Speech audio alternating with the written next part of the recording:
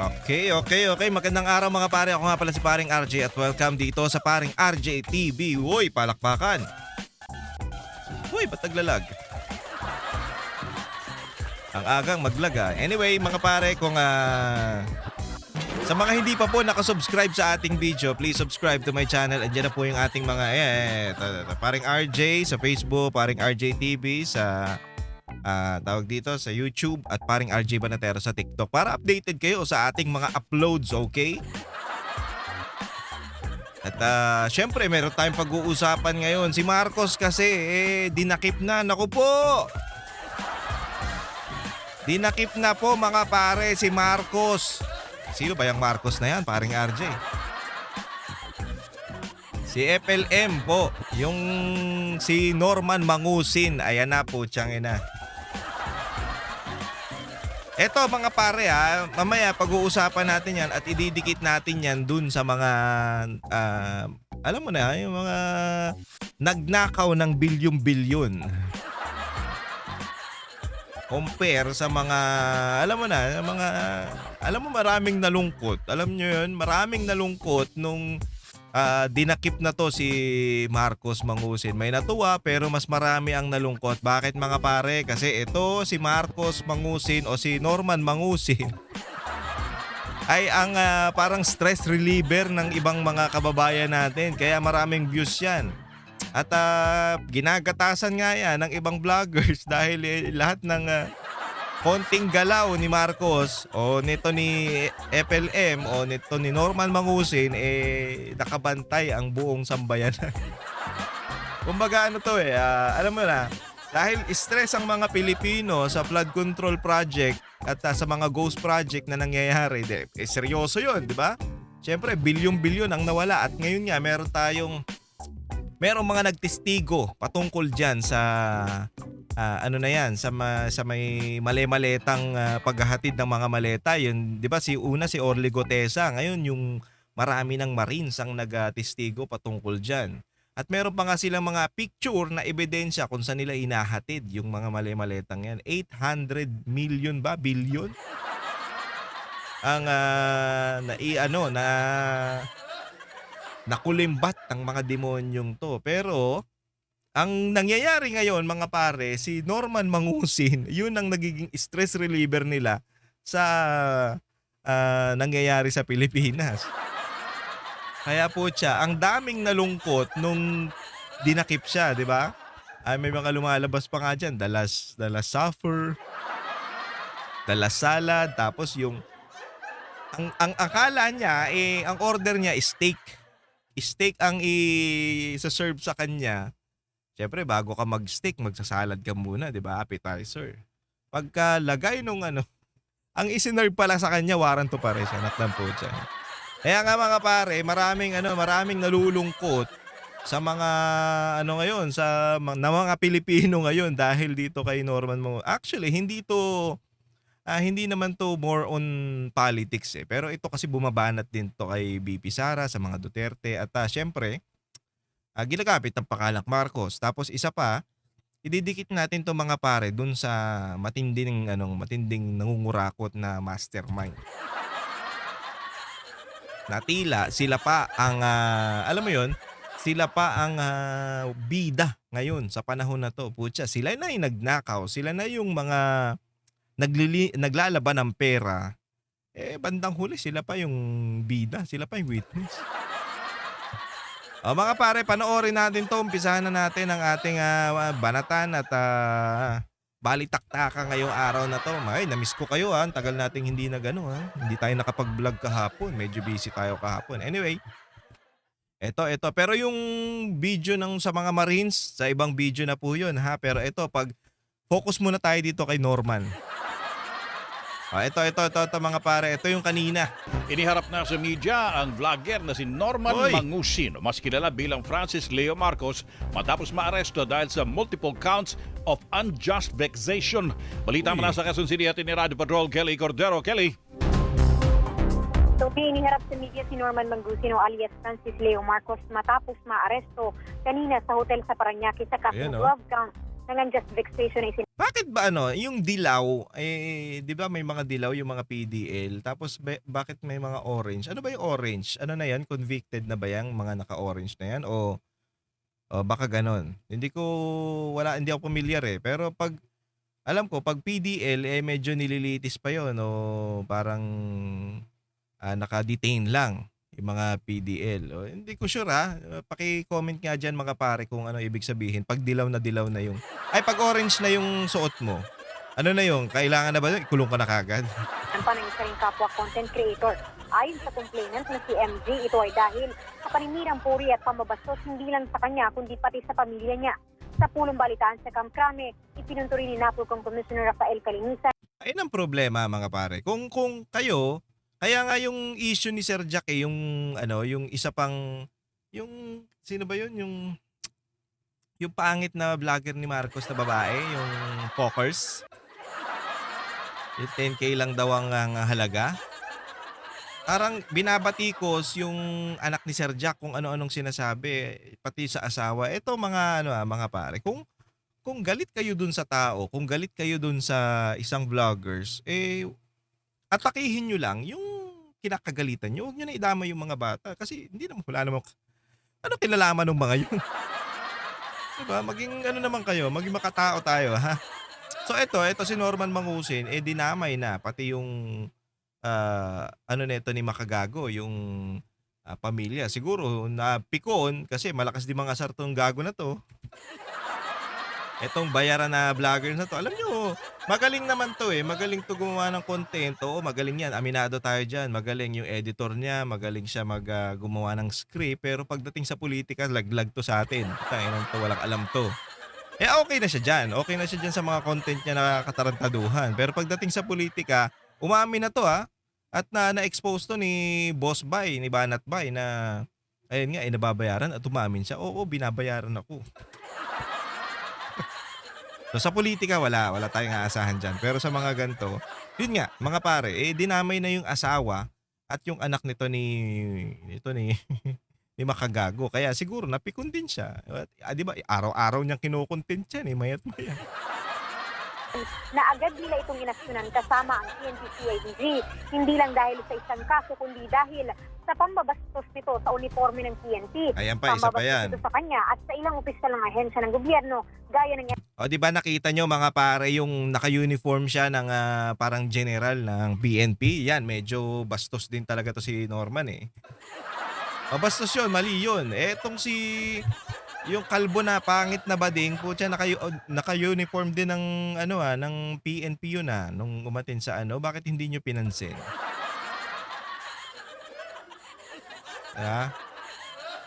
Yung bading na bungal na mabaho. NBI at LTO, taking passport at birth certificate at reklamo ng mga OFW sinuugnay sa summit.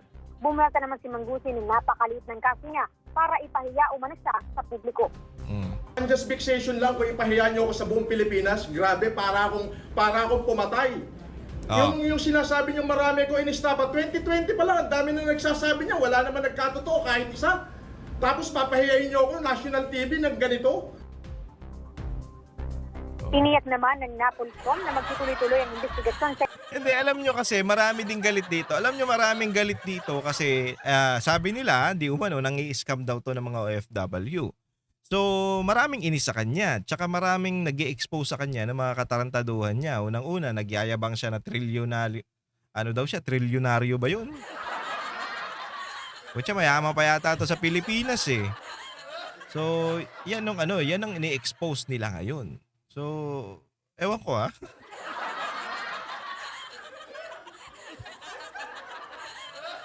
tapos nagyayabang siya Hindi kayo parang nagpapalaro siya, 'di ba? Naalala niyo yung mayroon siya pinalaro na Bring Me. Pero tsaka niya sasabihin yung Bring Me pag nandun ka na. Anong kagaguhan 'yun? 50,000 daw. Ewan ko kung pinapahirapan niya lang. Kasi kung ikaw magbibigay ka sa isang tao, kung bukal sa loob mo, magbigay ka na lang, huwag ka na magpaano-ano. Yung iba kasi may mga style sila kung paano, yung mga money hunt, di ba? May mga ganyan yan, may mga money hunt sila, may mga basta depende, depende kung paano ka magbibigay o paano ka charity work. Kaya nga ano isipin niyo 'to mga pare. Eto maisingit ko lang si Pastor kasi naalala ko si Pastor, late lang natin nalaman yung humanitarian niya. Late lang natin nalaman kung paano siya tumulong sa mga Pilipino kasi nga noon naman hindi naman natin kilala si Pastor. Binapatikos din natin, 'di ba? Na ganyan nga ang basta marami tayong sinasabing hindi magaganda sa kanya. Pero nung nalaman natin at nakilala na natin siya at pinapakita yung mga ebidensya na wala naman talagang bigat yung mga ebidensya, panggigipit lang ng gobyerno, nakita natin yung katotohanan at hindi lang ito mga pare. Kung makikita nyo, ito nga lang kung makikita lang ng buong Pilipinas, ng bawat isa sa atin, kung pwede lang papuntahin ng bawat isa sa atin at makikita yung mga ginawa ni Pastor Kibuloy dyan sa Davao o kung paano siya tumulong sa mga Davaoenyo, sa mga Pilipino, kahit hindi nila ka-member. Kahit hindi member ng KOJC, tumutulong sila. Alam nyo ba, nag-donate yan ng kalsada para doon sa magkaroon ng sibilisasyon doon sa lugar na yon, yun sa may Tamayong. Ang haba noon, sobrang haba noon. At hindi two-way po yung kalsada. Although syempre, dahil sa sa panahon, sa tagal na ng panahon, nagkakaroon ng mga uneven road. So yung mga medyo medyo may lubak na yung iba pero hindi kasing lala ng lubak sa dito sa atin sa Luzon. At saka yung lubak doon medyo konti lang. Pero ang haba noon, grabe ang haba. Tapos meron doon pinapakita sa amin yung eskwelahan na pinagawa ni Pastor para doon sa mga IP, yung eskwelahan o yung meron dong isang 1 hectare na lupa na binigay ni Pastor para doon sa mga tao doon. 'Di ba? Pinagawa niya yung anong tawag doon, barangay hall para sa kanila, magkaroon sila ng magandang barangay hall. Ang ganda. Ang ganda kung makikita nyo lang mga pare, mapapaisip kayo na bakit kung iisipin nyo, itong mama na to, pinagbibintangan ng pinagbibintangan, pero bakit tumutulong sa mga Pilipino nang hindi nga natin alam na hindi nga nila ini-expose di ba? Hindi nga pinapakita masyado ng SMNI Dahil hindi naman nagyayabang si Pastor ng mga natulong niya. Ayun, para sa gusto niya, nasa puso niya yun. So kaya siya tumutulong sa mga Pilipino, kaya siya tumutulong sa tao. At hindi lang hindi lang dito sa masasabi natin, hindi lang sa Davao siya tumutulong, sa buong mundo, sa buong mundo. Kasi may kinikwento pa nga na nagbigay siya ng meron lugar sa US na binigyan niya ng library kasi hindi mabigyan ng US government ng library. Yung mga Amerikano daw doon, yung mga bata daw doon na puti, mga hindi daw marunong magbasa. Pero dahil sa puso ni Pastor Kibuloy, binigyan niya. Every year daw yun, pinupuntahan nila. Ang gobyerno nga, kinipit So yung mga binibintang ngayon ng gobyerno dito kay Pastor, halatang halata talaga na pamumulitika lang. Dahil ito naman, ayaw nilang, alam naman ng mundo, alam naman ng Pilipinas na ito si Pastor, Maka Duterte talaga. Para sa talaga to, para sa pagbabago. Kahit hindi Duterte, basta alam niyang para sa pagbabago ka, susuportahan ka niya. Para sa pagbabago, para sa ikagaganda ng Pilipinas, susuporta yan sa sa pinaglalaban mo. Basta para sa Pilipino. Kaya nga ginipit nila yan Kasi nagsasalita ka patungkol laban kay Marcos mapipigilan niyo ba yung yung damdamin ng isang pastor na isipin niyo, siya nga leader siya ng church nila ng KOJC. Iniisip niya yung kapakanan ng bawat isang miyembro ng KOJC. Ang sabi nga Saan ko ba narinig 'to? Kay Sir Marlon yata na kahit 3 years na na magutom ang Pilipinas, kahit 3 years dumaan ang pandemic sa Pilipinas, hindi magugutom ang mga miyembro ng KOJC. Gano'n katindi.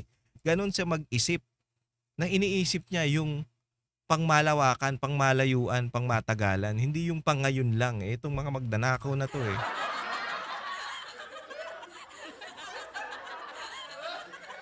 Kaya nga kaya nga bilib na bilib tayo diyan yung lalo na nakilala natin si Pastor, 'di ba? Lalo na nung nakapunta kami dun sa sa mga lugar na pinagmamalaki ng KOJC, ng SMNI. Talagang masasabi mong nasa Pinas ba ako? Bakit ang ganda nito? Basta kung alam nyo lang, kung ewan ko kung isa sa publiko nila yan, yung Glory Mountain, Prayer Mountain, hindi ko sure hindi ko alam to, ayoko nang pangunahan sila. Pero kung isa sa publiko man nila yan, ay talagang puntahan nyo mga pare kung sakali. Talagang magugulat kayo kung paano sila mag-alaga, kung paano nila isipin o pangalagaan yung yung lugar. Ganyan ka alam mo, ayan ang gusto ni Pastor, eh. Dapat excellent. Dapat laging nangunguna, laging maganda, laging perfect. Kung maaari, perfect ang gawin, ang pagtatrabaho. Kaya ganyan, na-adapt ng KOJC. Ganyan ang isang leader. Ito po yung leader natin ngayon, si Marcos. Tamad, bobo. Demonyok, adik. Diba? Bangag. Kaya walang mangyayari sa Pilipinas kung ganyan ang presidente natin. Okay, tuloy natin to. Siningit ko lang mga pare para may idea kayo. Sa ilan pang kasong sinampake ng Gusin at hinimok ang ilan pang biktima nito na lumapit sa otoridad. At yan ang balitang kumpirmado, sigurado. Ito, ang Radyo Patrol. Kelly Cordero, TVNN. Maraming salamat, Kelly Cordero. Yun na. Ito, panoorin natin to. Ito yung isa. Pakiusap, pakisuyo. Paulit-ulit na kami kahit sinabi rin ni former Senator Manny Pacquiao, huwag na kayong magpapaloko mga OFW, huwag kayong magpapaloko. Pakiusap, etong tao na ito, ayun na po siya na kriminal. Legit. Ayan. Simula pa lang ito naglaban namin. Simula pa lang po ito. Tuloy-tuloy yan. 2 taon mo yan makukulong. Kasi literal na hindi ko tatantanin yan dahil napakaraming tao din yan, lalo na aking asawa. Ang dami kong kapastusan na sinabi ng tao na yan sa asawa. Ayan ang pinaguhugutan ni Makagago dahil nga yung asawa niya nga daw maraming sinabi linawan lang natin ng konti para makita yung kapugian natin. Maraming sinabi itong si Norman Mangusin patungkol sa asawa niya at saka sa anak pa nga daw. 'Di ba, mga pare? Kaya galit na galit talaga yan si Makagago. At sa pamilya ko, at lalo, sa akin okay lang, influencer lang naman ako eh. Okay lang ako, influencer versus influencer, pero sa asawa ko at nanay ko, hindi. Di ba, Norman? Yun ang diba? problema. Ayos. Totoo ang baho mo. Tignan sa personal. Ang baho mo. Okay lang ka. Haharapin ko yan. Lahat lang ako. Dapat kasi kayo naman eh.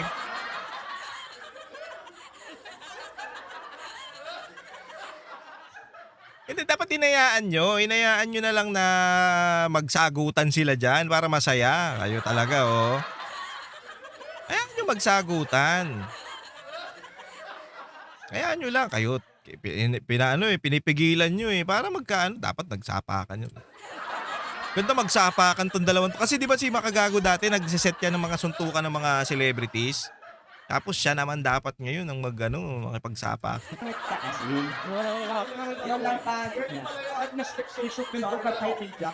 Pwede pala yan. Nananawagan din po ako. Yung test fixation lang, pinahiyan nyo ko sa buong Pilipinas. Nananawagan din po ako sa isang napaka-importanting tao, kay Senator Manny Pacquiao. Senator Nakakatawa. Ewan ko, basta nakakatawa to. Manny, dito po kami ngayon sa CIDG. Si Norman Mangusin po ay nasa CIDG. Naghanap po ng dala. Ay po, niloko pa. Ng pagkain galing po sa inyo. Senator Manny, yung pong pinto ng CIDG ay bukas po para sa Kung pupunta po kayo, text nyo lang po ako. Sasama po kayo para magbigay ng pagkain kay Norman Mangusin. Eto mga pare ano lang, nakakatawa na nalulungkot yung iba kasi nga si Norman Mangusin hindi na makakapag-live. Medyo medyo malungkot na yung iba ngayon at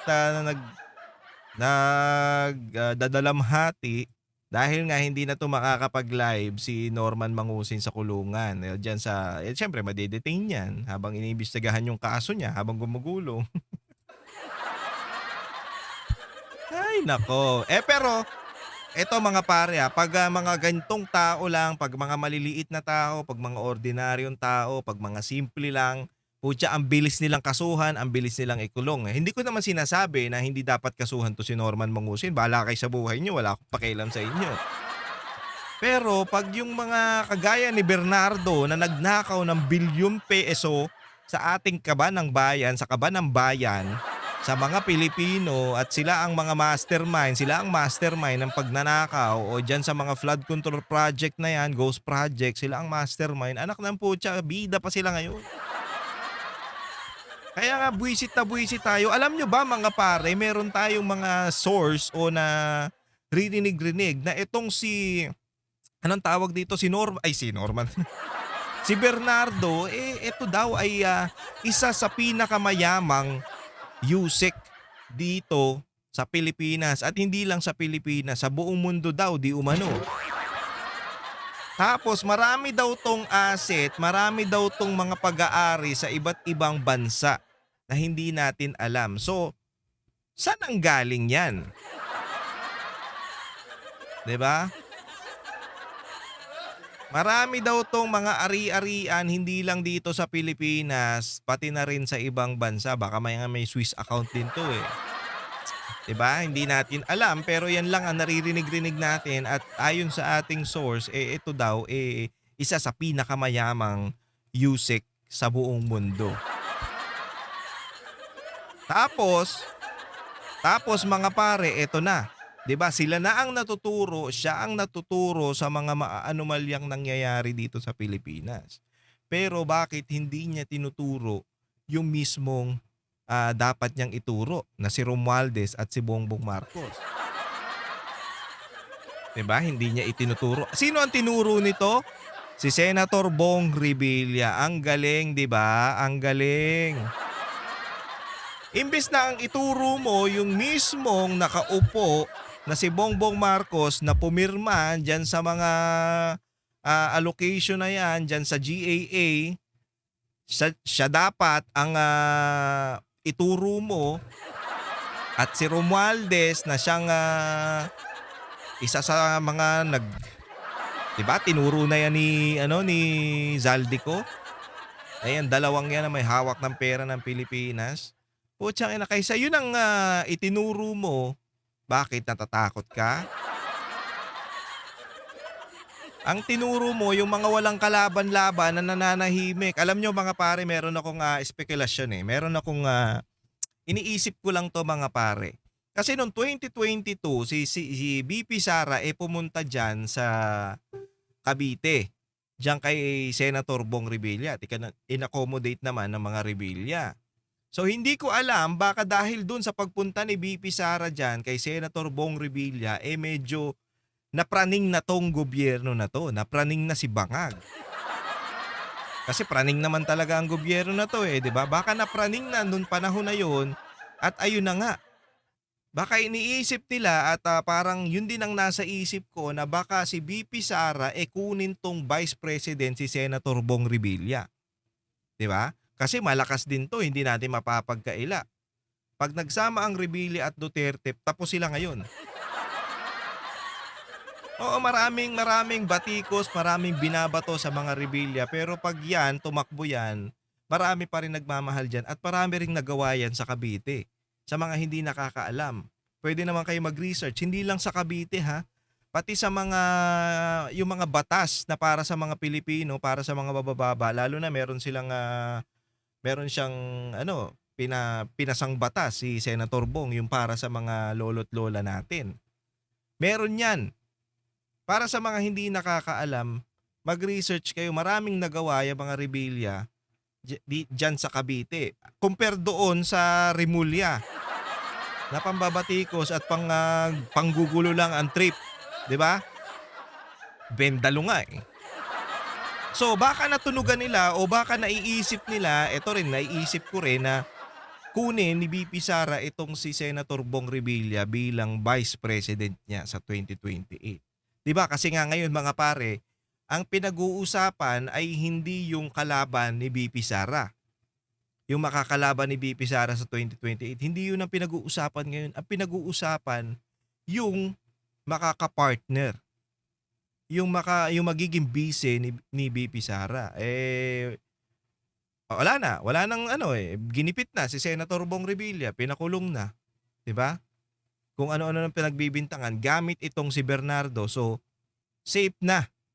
Safe na ang mga Rimulya, o kung hindi man tumakbo ng national si Senator Bong, baka tumakbo ng gobernador diyan sa Cavite.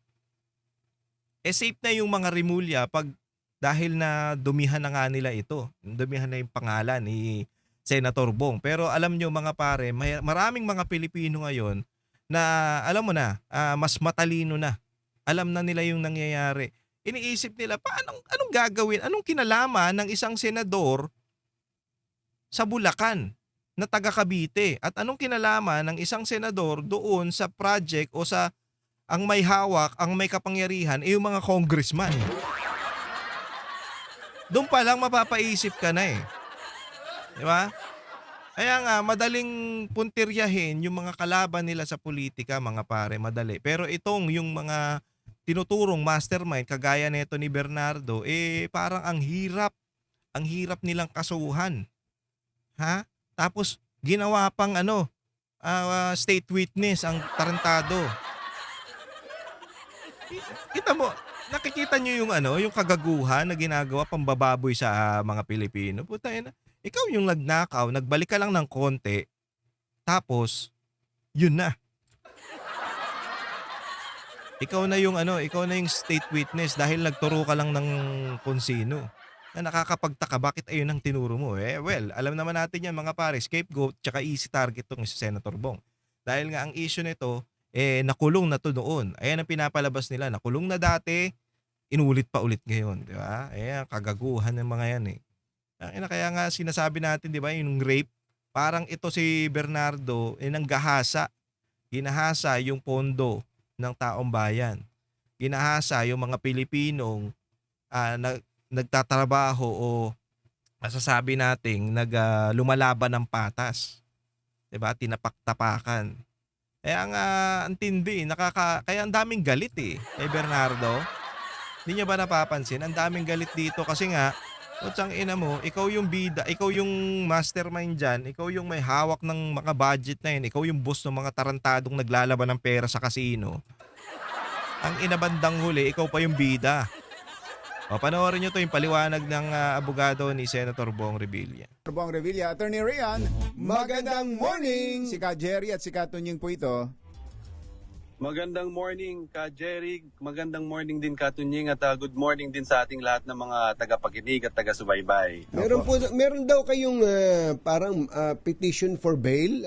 Ano bang status nun?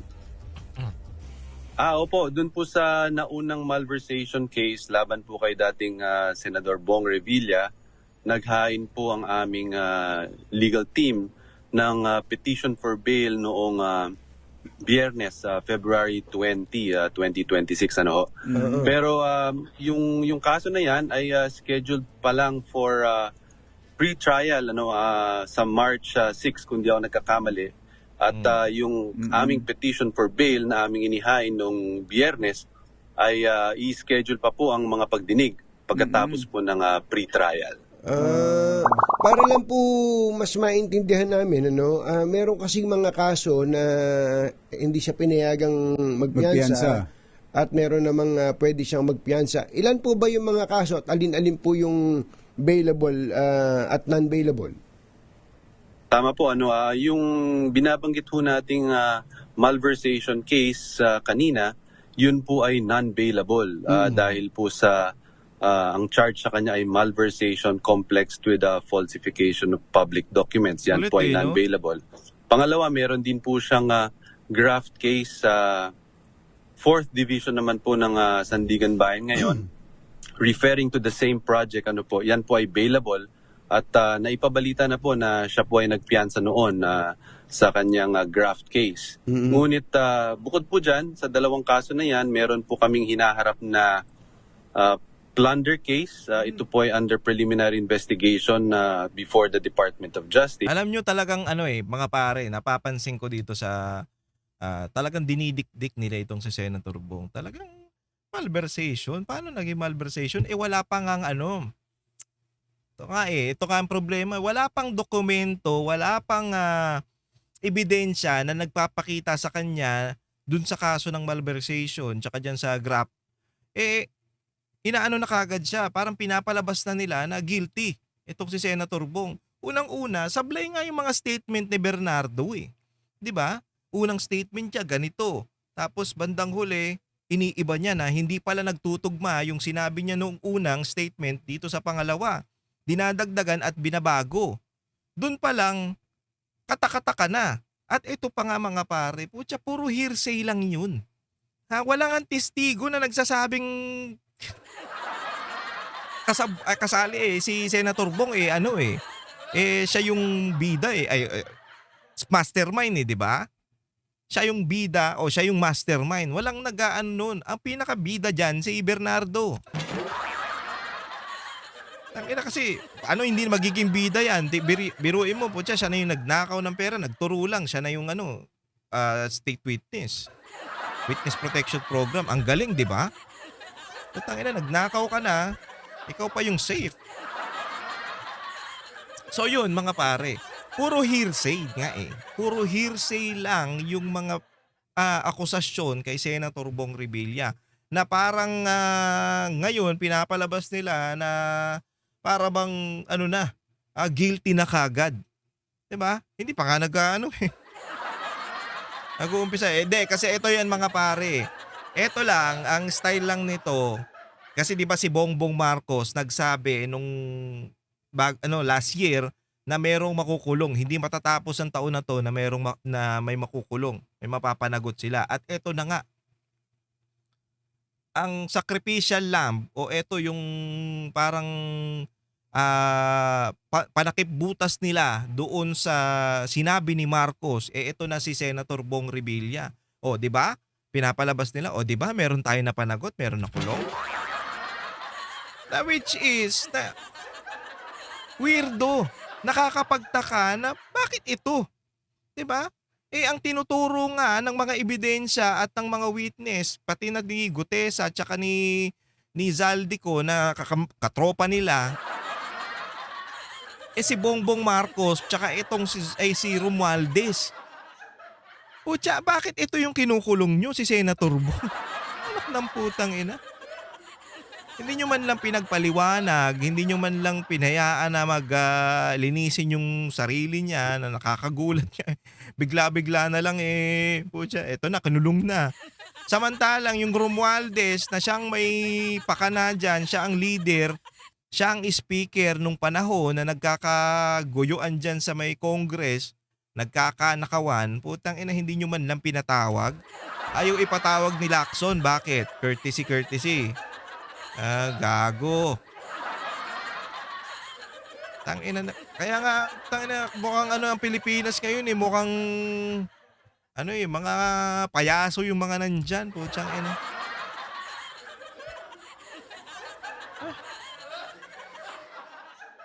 Kaya alam nyo nakakaawa din yung mga yung mga napagbibintangan, yung pinupunteriya. Putang ina tong mga to. Nananahimik yung tao, dinadali nyo. Samantalang yung mastermind, etong si Bernardo, si Zaldico, si Romualdez at si Bongbong Marcos, hindi nyo inaano? Sasabihin lang ni Romualdez na hindi siya nagnakaw ng pera, hindi niya ginalaw, okay na. Gago pala kayo Samantalang, yung wala namang kinalaman, wala nga kayo may pakitang ebidensya o yung dokumento na nagsasabi, tanginang yan. Kahit text message nga, wala kayo maibigay tapos sasabihin nyo, mastermind. At meron din isa pang malversation case na nagsumite na ho kami ng counter affidavit, I believe, last month. And based ho sa press release ng Department of Justice, ito po ay submitted na for resolution. Yung pong plunder case at pangalawang malversation with falsification case, yan po ay mga non-bailable offenses po. Na pending pa sa DOJ, but submitted for resolution. Tama po. Oo. So kung mabigyan man pala kayo ng pagkakataon dun sa petition for bail sa malversation, meron pang susunod na kasong isasampa, maring umabot sa korte, yun nga yun sa plunder. Opo, tama po yan. And second malversation. And second na malversation. So lahat po ng kasong ito, Attorney Rian, ay galing dun sa testimonya ni Yusek Bernardo? Testimonya lang yun. Tama po kayo. Lahat ng mga kaso na idinadawit si dating Senator Bong Revilla ay pawang mga base sa testimony ho ng dating Yusek Bernardo. Tama po kayo. Wala pong ibang... And wala the only thing that links him is that testimony without any other basis as we can tell. Yun nga eh. Ito nga nakakabwisit eh. Putya, testimony pa lang. Testimony pa lang na nagsasabi na kasabwat o kasama nila si Senator Bong Revilla. Wala pa sila maibigay na ebidensya. Samantalang, ito mga pare, si Zaldico naglabas ng ebidensya, mga papel. Naglabas ng ebidensya laban kay Romualdez at kay Bongbong Marcos. Pero ano nangyari? Wala nga. Tahimik sila lahat ngayon. O meron pang text message na sinabi ni Erice, kung hindi ako nagkakamali, na galing kay Libiste na nag-uusap. Diba? Si Marcos na nagte-text sila ni pangalan nga nung ano na yun. Basta yun. Yung pangalan nung ano na yun, secretary nila.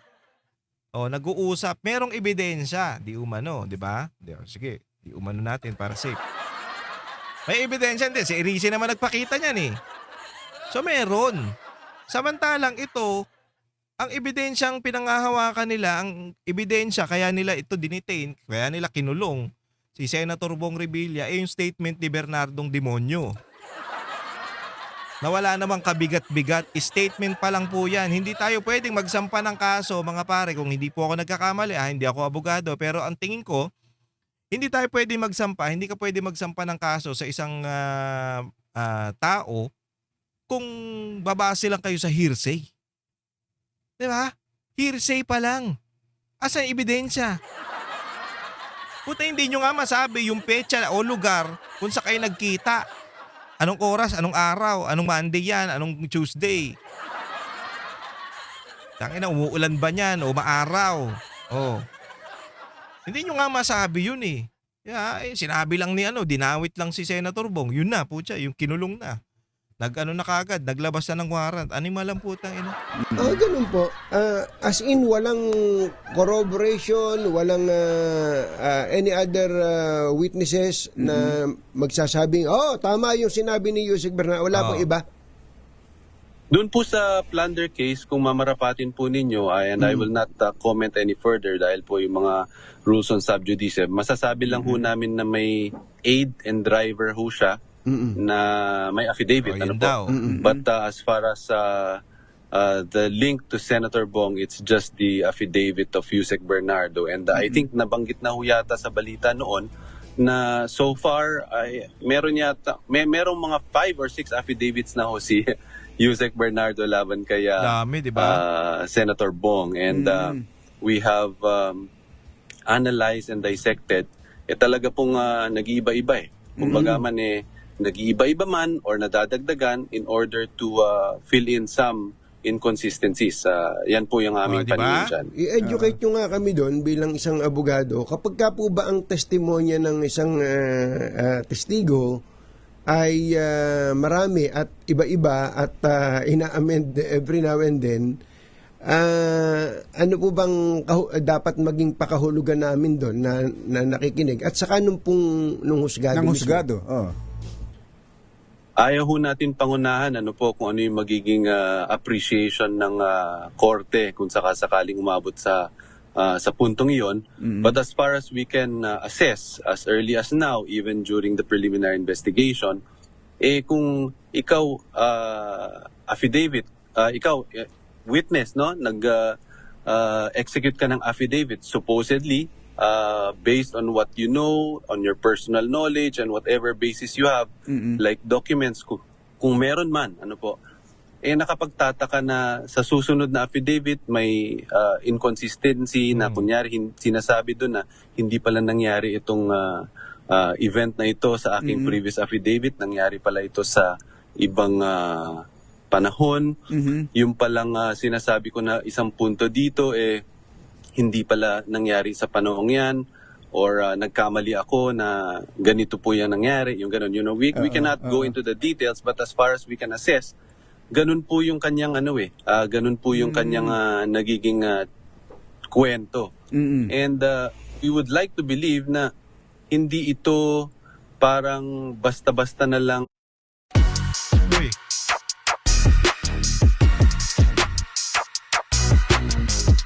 Would like Uy. Baka maka-copyright tayo dito. Go. Paiba-iba ng kwento, as far as we can assess at this point in time, syempre ito yung posisyon na ho namin, naapektuhan para sa amin yung credibility at kung talaga bang accurate or tama yung kanyang sinasabi. So para sa amin, kung ito ay talagang inconsistent, na sa tingin namin ay inconsistent, dapat hindi ito bigyan ng mabigat na evidentiary value, kumbaga man, pagdating sa assessment, whether in the preliminary investigation stage or mas lalo na pagdating sa husgado. Nangyayari ho pala yan, na kahit na nasa husgado na, yung mga signed affidavit, mga sworn affidavit, binabago pa. Mga affidavit na dapat pinag-isipang mabuti, tinulungan ng abogado para isulat, tapos mababago at mababago pa rin. Nangyayari ho pala yun. Nangyayari. Ito na nga ho yung nangyayari ngayon, at nakapagtataka sapagkat in the 6 affidavits, kung hihimayin mo yan, para sa amin, nagkakaroon ho ng inconsistencies on material points. We will just leave it at that. We would not want to preempt the appreciation of the DOJ and in as far as the preliminary investigation is concerned dito po sa plunder case. Kumusta po si Senator Bong ngayon, health-wise? Lumalaban po. Syempre, inconvenient. Hindi maganda yung sitwasyon compared sa kanyang regular daily life. Syempre, nakapiit dun sa QC jail dormitory. Pero syempre, alam naman natin, gusto ko lang din idiin na nung lumabas itong mga akusasyon at mga charges against him, the first thing that he did when there was a warrant of arrest was to surrender. It's actually a testament to his respect for the process. Go through the process. Kung talagang inosente ka, harapin mo yan. At ganyan ho yung kanyang ginagawa ngayon. Siyempre, it's an everyday battle as far as he is concerned, mentally, psychologically. Pero ang masasabi ho natin, kung talagang malinis ang konsensya mo, talagang wala kang takot na harapin, wala kang takot na you undergo the process. We respect the process, the judicial process, the administration of justice. At yan po yung aming ginagawa sa lahat ng mga kasong kinaharap ni yun nga, di ba, mga pare? Kaya nga, palakpakan natin si Senator Bong. Kasi isipin nyo, pagkalabas pa lang ng warrant of arrest, talaga namang dumiretso na kagad siya dyan. Pinuntahan niya na kagad. Dahil hinarap niya na kagad, di ba? Kung ikaw, alam mo na, yung kagaya ka ni Zaldico, kagaya ka ng mga nagtatago na pinagbintangan na nagnakaw ng pera ng bayan, talaga magtatago ka dyan. Eto nga, di ba? Pagka naririnig-rinig na ng kampo ni Senator Bong na sila yung tatargetin o siya yung tatargetin para sa... Actually, hindi nga lang siya ang tinatarget ngayon, mga pare. Pati yung pati yung mga... Basta buong Revilla ang tinatarget ngayon ng, ewan ko, si Remulla, di ba? At ng gobyernong to. Kasi unang-una, hindi yan pumirma sa impeachment. Tatandaan nyo yan, mga pare. At eto nga, isa sa mga pinaka weirdo dito yung statement ni Bernardo na yung kagad doon sila bumase sa kaso ni Senator Bong. Napabago-bago ng sinasabi, nakailan na nga, sabi nga nung attorney, 6 na daw, puta na, ang alam ko 4 lang. Naka-6 na pabago-bagong statement para magtugma-tugma yung kwento nila. O, doon pa lang, sablay na yon. At eto pa nga, pinakita ni Senator Bong Revilla, kaya nga hanga din tayo sa mama na to kahit na laging, alam mo, kawawa talaga to, laging ginaano to laging pinupuntirya pag mga ganyan. Panakip butas nila to Senator Bong, unang-una, artista, sikat, kilala, lalo na may yung nangyari dati, nakulong na dati. So pag dinali nila ngayon, puputok yun noon. At magsasama ngayon, mas maingay. So kawawa nga Pero tandaan nyo to mga pare, acquitted siya noon Acquitted yan. Dahil yan doon sa pagpirma doon sa kay Corona na sinasabi nila. Kaya nga si Jinggoy nakulong din Kasi pinatawag nga yan sa Malacanang at inopera ng di umano'y 50 million na hindi nila tinanggap at lumaban sila. So ginipit, pinakulong, ayan. Nakalaya dahil wala naman sapat na ebidensya. Ngayon eto na naman. Tinarget na naman si Senator Bong. At yung kaso niya noon ay binubuhay ngayon para magmukhang malala. Para magmukhang paulit-ulit na nagnanakaw tong mama na to. Pero hindi nila mapatunayan na totoo yung sinasabi nila. Ang problema kasi sa mga iba nating mga Pilipino naniniwala. Pero alam nyo mga pare, kaya nga nandito tayo Kaya nandito tayo kasi yung mga media na yan, mga bayad yan. Para i-twist yung mga gustong ipalabas ng mga nagbabayad sa kanila. Tayo po wala nagbabayad sa atin mga pare. Kaya kung ano yung nakikita nating tama, ay ganyan ang Batanteros Kung ano nakikita namin tama, yun yung nilalabas namin. Hindi tayo pwede mag-filter ng mga dapat i-filter dito. Ang ina ninyo. Magalit na kayo kung magalit, pero putang ina. Alam nyo, kaya nga sinasabi ko gago yan Bernardo na yan Diba? Tangina, lahat na lang gagawin ng gobyerno nito para mapagtakpan yung mga pagnanakaw nila kitang-kita naman. Easy lang. Malapit na mga pare. Lalabas din ang katotohanan sa mga lalo-lalo na dito kay Senator Bong. Lalabas din ang katotohanan yan at kitang-kita na nga natin nakakarma na yung mga tarantado, di ba? Nakakarma na. Nagpapayata na yung mga animal. Anyway, maraming salamat mga pare sa pagsama sa akin. Kung nagustuhan nyo yung ating video, please subscribe to my channel at huwag kakalimutan mag-share at mag-likes ng ating mga video. I-comment nyo na rin yung mga sa loobin nyo mga pare tungkol dito sa mga nangyayari sa ating bansa. Alam ko, galit na kayo, inis na kayo, pero easy lang po tayo. Easy lang. Paki-follow po ang aking paring RJ sa Facebook, paring RJ TV dito sa YouTube, paring RJ Batanteros sa TikTok. Maraming salamat mga pare. Ingat po kayong lahat and God bless you all. Ako po si paring RJ.